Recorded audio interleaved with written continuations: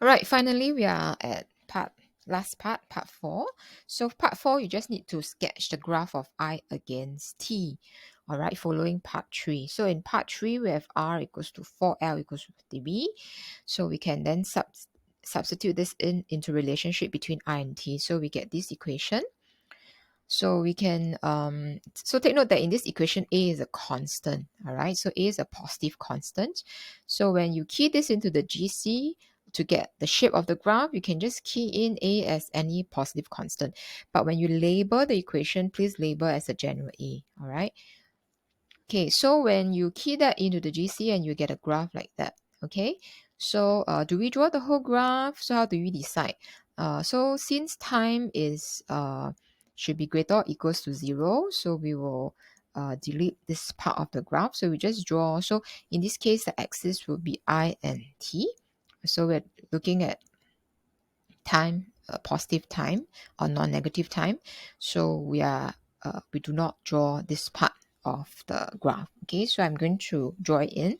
But before that, let's check whether there are asymptotes. Okay, so you see from here that as t goes to infinity, this goes to 0. So I will go to 0. So we have a horizontal asymptote. So you have to label the horizontal asymptote. So the horizontal asymptote would be I is equals to 0. So let us put down the origin. So the label the asymptote, horizontal asymptote, okay. And also in the question, it says that when t is 0, I is 0. Okay, so so our start point will be 0, 0. So the shape of the curve will be like that.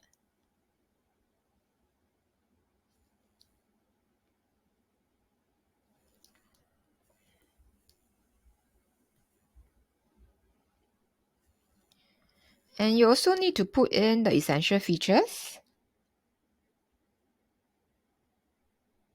Other than the asymptote will be the stationary point. So we also found in the part 3 that there's a maximum point. Okay, so we'll put in the maximum point. So the maximum point we found out is 3 over 2. When t is 3 over 2, the maximum value of I is 3 over 2a e negative 1. So we need to put all these relevant features down. So basically, asymptote intercepts. So the intercept, let's put it as a coordinate form, 0, 0.